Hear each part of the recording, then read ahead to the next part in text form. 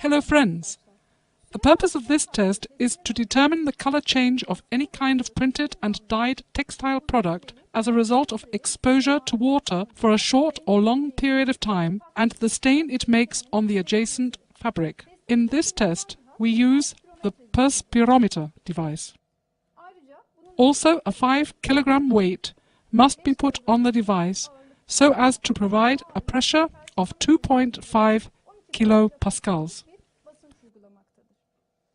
The multi-fiber adjacent fabric or single fiber adjacent fabric can be used as the adjacent fabric. We will use the multi-fiber adjacent fabric today. We use the acrylic resin plates in order to place our samples on the device. As the test is about color fastness against water, we use distilled water. We can use a template to prepare the sample, or we can cut the fabric in sizes of 10 centimeters by 4 centimeters with a ruler.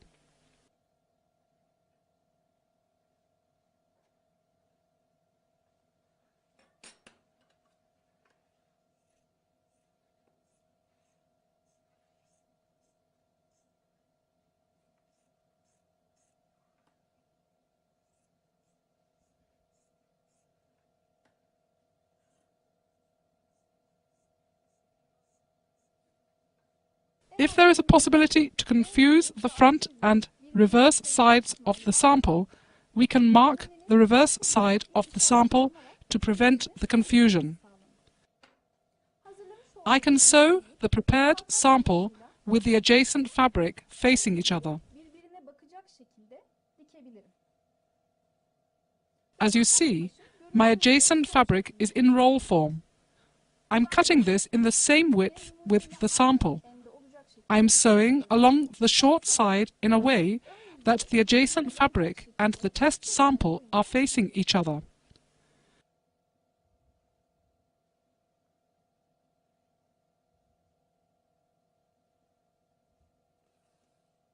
If the seams are loose, it will be easier to remove the sample from the adjacent fabric at the end of the test.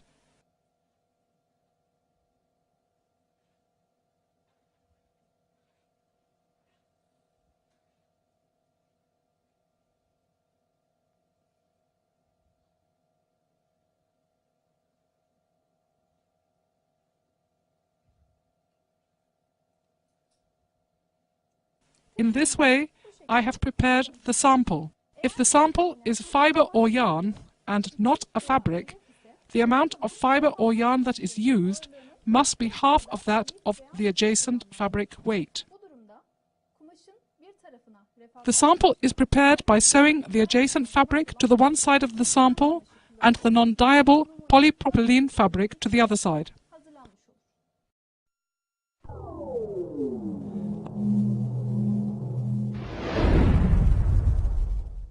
I put the sample that was prepared for the color fastness against water into a container with a flat surface. I'm adding water until the surface is covered.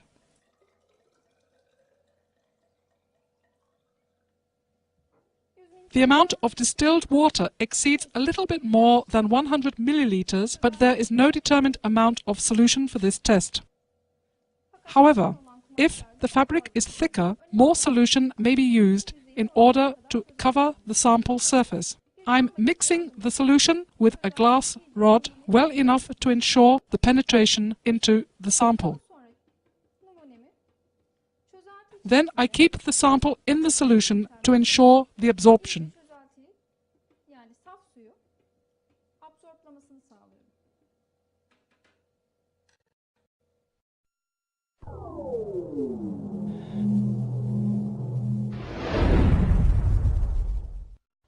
When I'm sure that the solution is absorbed into the sample very well, I remove the sample.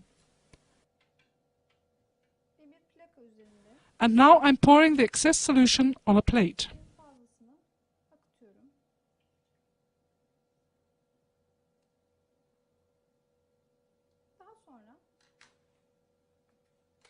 Then, the sample is placed between acrylic resin plates and we put the sample into perspirometer.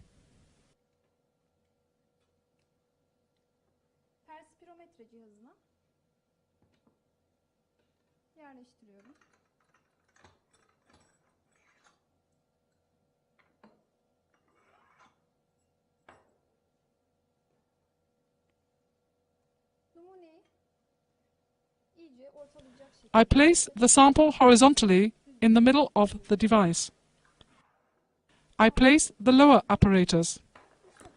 After placing the top apparatus, I put the weight, creating a pressure of 2.5 kilopascals, and I squeeze the screws.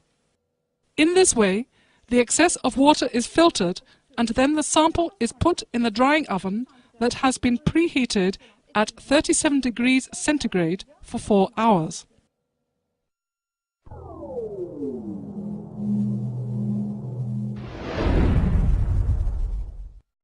The sample is placed vertically into the oven previously adjusted to 37 degrees centigrade.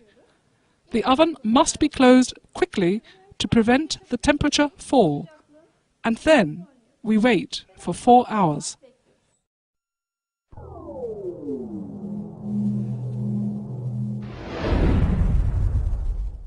The sample is removed from the oven after 4 hours.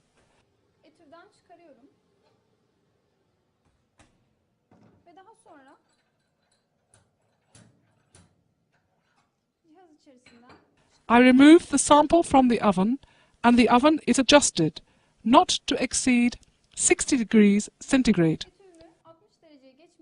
I hang the sample along the short edge. After the sample has dried, the test is finished to determine the staining and the discoloration.